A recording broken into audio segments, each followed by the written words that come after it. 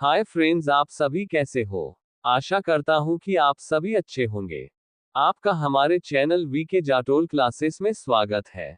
आज के इस वीडियो में हम 2 अक्टूबर 2025 के मुख्य करंट अफेयर्स और उसके एक्सप्लेन के बारे में चर्चा करेंगे। प्रश्न नंबर 1, हाल ही में कहां पर तीर्थयात्रियों के लिए भारत का पहला एआई आधारित कमांड सेंटर स्थापित हुआ है? A Kashi, B Mathura, C Tirumala, D इनमें से कोई नहीं। दोस्तों, आपका सही answer option number C Tirumala होगा। तीर्थयात्रियों के लिए एक बड़ी खबर। अब तिरुमला की यात्रा और भी आसान, तेज और सुरक्षित होने वाली है। आंध्र प्रदेश के मुख्यमंत्री एन चंद्रबाबू नायडू ने हाल ही में तिरुमला में देश के पहले एआई संचालित तीर्थयात्री एकीकृत कमान और नियंत्रण केंद्र आईसीसीसी का उद्घाटन किया है। ये सुविधा एडवांस आर्टिफिशियल इंटेलिजेंस एआई और चेहरे की पहचान तकनीक का इस्तेमाल करती है। इसके जरिए तिरुमला में आने वाली भक्तों की भीड़ का सटीक पूर्वानुमान लगाया जा सकेगा, जिससे कतारों क्यू का प्रबंधन और भी सुव्यवस्थित हो जाएगा। मंदिर परिसर में 6000 से भी ज्यादा एआई कैमरे लगाए गए हैं। ये कैमरे हर मिनट लाखों इवेंट्स को प्रोसेस करते हुए वास्तविक समय में न सिर्फ भीड़ पर नजर रखेंगे, बल्कि सुरक्षा और साइबर खतरों पर भी प्रभावी ढंग से निगरानी रखेंगे। इसका सीधा फायदा भक्तों को मिलेगा। उन्हें छोटी और अनुमानित कतारें मिलेंगी, त्वरित सहायता मिलेगी, और मंदिर प्रशासन अब सुरक्षा और संचालन को पहले से बेहतर ढंग से नियंत्रित कर पाएगा। ये कदम देश के धार्मिक स्थलों के प्रबंधन में तकनीक के उपयोग का एक नया मानक स्थापित कर रहा है। प्रश्न नंबर 2, हाल ही में भारत ने किसे संयुक्त राष्ट्र एआई उत्कृष्टता केंद्र के रूप में नामित किया है?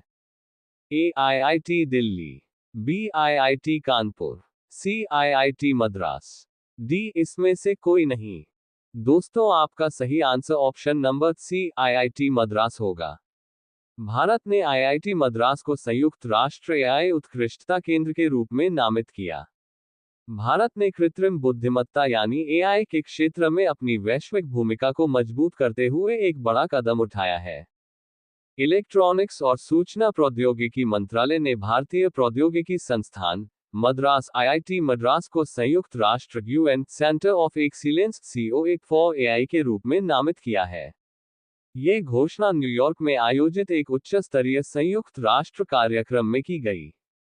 इसके साथ ही आईआईटी मद्रास अब UN office for digital and emerging technologies ODAT के वैश्विक एआई हब नेटवर्क का हिस्सा बन गया है। इस पहल का मुख्य फोकस ग्लोबल साउथ के देशों के लिए एआई क्षमता निर्माण, कौशल विकास और समावेशी डिजिटल प्रगति को सुनिश्चित करना है। भारत अपने महत्वाकांक्षी इंडिया एआई मिशन के तहत हर साल 1 करोड़ 10 मिलियन लोगों को एआई से संबंधित कौशल में प्रशिक्षित करने का लक्ष्य लेकर चल रहा है। वैश्विक सहयोग को बढ़ावा देते हुए भारत फरवरी 2026 में एआई इम्पैक्ट समिट की मेजबानी भी करेगा, जिसका उद्देश्य एआई सुरक्षा, नैतिकता और गवर्नेंस के लिए वैश्विक मानक तय करना होगा। ये कदम एआई के क्षेत्र में भारत की घरेलू शक्ति और वैश्विक योगदान की प्रतिबद्धता को दर्शाता है। प्रश्न नंबर 3, हाल ही में पीएम मोदी ने किस राज्य की 75 लाख महिलाओं को 10-10 हजार रुपये हस्तांतरित किए हैं? A Uttarakhand, B Rajasthan, C Bihar, D इनमें से कोई नहीं। दोस्तों, आपका सही answer option number C Bihar होगा।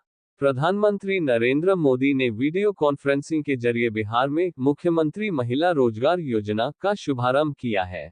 इस योजना के तहत पीएम मोदी ने एक ही बार में 75 लाख महिलाओं के बैंक खातों में कुल 7,500 करोड़ रुपए की राशि ट्रांसफर की है। योजना के पहले चरण में प्रत्येक महिला लाभार्थी को शुरुआती सहायता के तौर पर सीधे 10,000 रुपए दिए गए हैं। इस योजना का मुख्य लक्ष्य महिलाओं को आत्मनिर्भर बनाना और उन्हें स्वरोजगार के लिए वित्तीय सहायता प्रदान करना है। सबसे खास बात यह है कि शुरुआत में 10,000 रुपए मिलने के बाद सफल व्यवसायों के लिए महिलाएं बाद के चरणों में 2 लाख रुपए तक की अतिरिक्त वित्तीय सहायता भी प्राप्त कर सकती हैं। महिलाएं इस राशि का उपयोग किराना दुकान, पशुपालन, हस्तशिल्प, सिलाई बुनाई जैसे छोटे व्यवसाय शुरू करने के लिए कर सकती हैं। पीएम मोदी ने कहा कि यह पहल केंद्र सरकार के लखपति दीदी अभियान को मजबूत करेगी, जिसका उद्देश्य महिलाओं को आर्थिक रूप से सशक्त बनाना है। ये योजना बिहार में महिला सशक्तिकरण की दिशा में एक बड़ा मील का पत्थर साबित होगी। प्रश्न नंबर 4, हाल ही में 11वीं एशियाई एक्वेटिक्स चैंपियनशिप 2025 की मेजबानी कौन सा शहर करेगा? ए अहमदाबाद, बी जयपुर, सी मुंबई, डी इनमें से कोई नहीं। दोस्तों, आपका सही आंसर ऑप्शन नंबर ए अहमदाबाद होगा। प्रश्न नंबर 5, हाल ही में भारत का पहला एआई सक्षम नेचर एक्सपीरियंस सेंटर किस नेशनल पार्क में बनाया जाएगा? A Betla national park, B Kaziranga national park, C Ranthambore national park, D इनमें से कोई नहीं। दोस्तों, आपका सही answer option number A Betla national park होगा।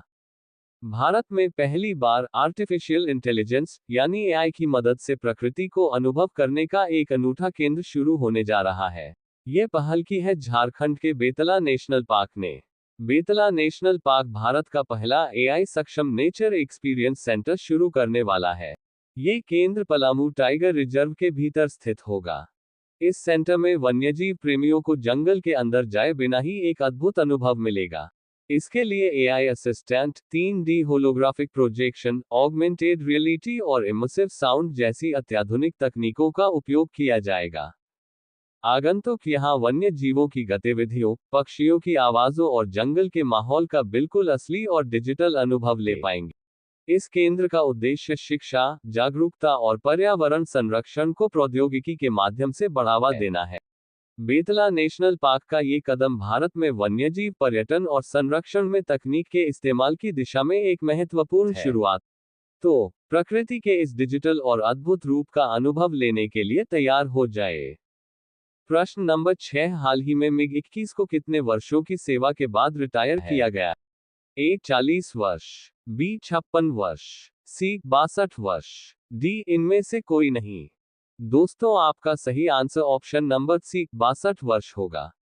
भारतीय वायुसेना के आसमान का सिकंदर लड़ाकू विमान मिग 21 62 साल की शानदार सेवा के बाद अब इतिहास बन गया। 26 सितंबर 2025 को चंडीगढ़ एयरफोर्स स्टेशन पर मिग 21 को एक भव्य विदाई दी। इस भावुक पल के साक्षी बने रक्षा मंत्री राजनाथ सिंह, सीडीएस जनरल अनिल चौहान और air chief marshal AP Singh समेत कई दिग्गज। समारोह की शुरुआत रोमांचक स्काईडाइविंग और मिग 21 की आखिरी उड़ान से हुई, जिसे एयर चीफ मार्शल ने खुद बादल फॉर्मेशन में सोलो उड़ान भरकर सलामी दी। समारोह में मिग 21 और जगुआर के बीच सिमुलेटेड डॉगी फाइट ने उसकी युद्ध क्षमता की याद दिलाई, जबकि एलसीए तेजस ने पैंथर फॉर्मेशन में उड़ान भरकर संकेत दिया कि अब देश की सुरक्षा की कमान स्वदेशी तेजस संभालेगा। अंत में 6 मिग 21 विमानों को पारंपरिक वाटर कैनन सैल्यूट देकर विदा किया गया।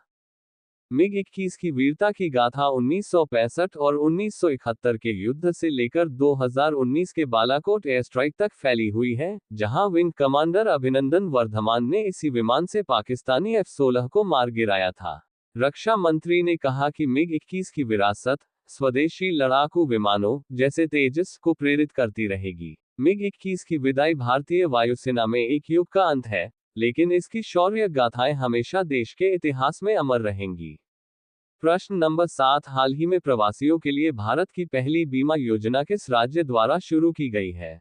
ए Himachal Pradesh, B Kerala, C Assam, D इनमें से कोई नहीं। दोस्तों, आपका सही answer option number B Kerala होगा। केरल के मुख्यमंत्री पिनाराई विजयन ने राज्य के प्रवासी समुदाय और उनके परिवारों के लिए एक महत्वपूर्ण पहल, नौका केयर समूह मेडिक्लेम और दुर्घटना बीमा योजना का शुभारंभ किया है। इसे देश में अपनी तरह की पहली योजना बताया गया है। ये योजना 1 नवंबर से लागू होगी। नौका पहचान पत्र रखने वाले अनिवासी केरलवासी एनआरके और उनके परिवार इसके पात्र होंगे। ये योजना केरल के लगभग 500 और पूरे भारत के 16,000 अस्पतालों में कैशलेस उपचार प्रदान करती है। इसमें पहले से मौजूद बीमारियों को कवर किया जाएगा और इसके लिए किसी मेडिकल जांच की आवश्यकता नहीं है। 70 वर्ष तक की आयु के वरिष्ठ नागरिक भी पात्र हैं, और इसका प्रीमियम बाजार में सबसे कम में से एक है। सरकार ने विदेशों में रहने वाले केरल वासियों के लिए भी चिकित्सा कवरेज बढ़ाने के लिए कदम उठाने का आश्वासन दिया है। मुख्यमंत्री ने कहा कि यह योजना प्रवासी समुदाय के प्रति राज्य के निरंतर समर्थन को दर्शाती है। प्रश्न नंबर 8, हाल ही में कौन सा देश 2030 तक विश्व की पहली परमाणु ऊर्जा प्रणाली शुरू करेगा, जो पुनर्चक्रित ईंधन का उपयोग करेगी? ए रूस, बी चीन, सी अमेरिका, डी इनमें से कोई नहीं। दोस्तों आपका सही आंसर ऑप्शन नंबर ए रूस होगा। प्रश्न नंबर 9, हाल ही में विदेश मंत्री डॉक्टर एस जयशंकर ने कहा FIPIC विदेश मंत्रियों की बैठक की मेजबानी की है? ए नई Delhi, B New York, C Kabul, D इनमें से कोई नहीं। दोस्तों आपका सही answer option number B New York होगा। भारत के विदेश मंत्री एस जयशंकर ने न्यूयॉर्क में हिंद प्रशांत द्वीप समूह सहयोग मंच के विदेश मंत्रियों की एक महत्वपूर्ण बैठक की मेजबानी की। ये बैठक संयुक्त राष्ट्र महासभा UNGA के 80वें सत्र से आयोजित की गई। इस बैठक में जन केंद्रित एजेंडे पर व्यापक चर्चा हुई, जिसमें मुख्य रूप से स्वास्थ्य, प्रौद्योगिकी और क्षमता विकास पर जोर दिया गया। विदेश मंत्री जयशंकर ने खुशी जाहिर करते हुए बताया कि प्रधानमंत्री नरेंद्र मोदी द्वारा FIPIC 3 शिखर सम्मेलन में घोषित 12 सूत्रीय कार्ययोजना सफलतापूर्वक आगे बढ़ रही है। उन्होंने कहा कि भारत और प्रशांत द्वीपीय देश मजबूत विकास साझेदार हैं। गौरतलब है कि 2014 में शुरू हुआ FIPIC भारत की एक्ट ईस्ट पॉलिसी का एक अहम हिस्सा है, जो भारत और 14 प्रशांत द्वीपीय देशों के बीच सहयोग बढ़ाने पर केंद्रित है। प्रश्न नंबर 10, हाल ही में किसने GST अपीलीय न्यायाधिकरण का शुभारंभ किया है? A Draupadi Murmu, B Narendra Modi, C Nirmala Sitharaman, D इनमें से कोई नहीं।